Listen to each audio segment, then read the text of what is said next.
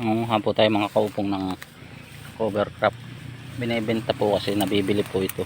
Minsan mataas, maabot po ng 250 hanggang 300 ang presyo nito. Pero pag simula pa lang po,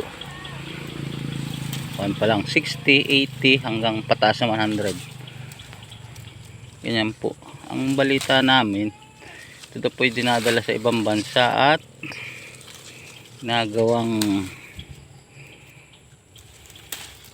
nisasabog sa gubat sa mga forest sa ibang bansa. Pampataba po kasi ito ng lupa. Mga ganito po. Pag marami po sa inyo, kakapera po kayo.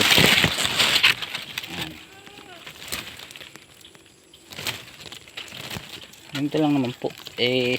Kaso bibilad nyo pa uli para magsiputok at makuha nyo yung mga buto. Tapos ang mangyayari nyan, piliin po nyo yung gagamit yung bilad para rin po bigas, palay at tatahipan nyo para lumabas yung magagandang buto.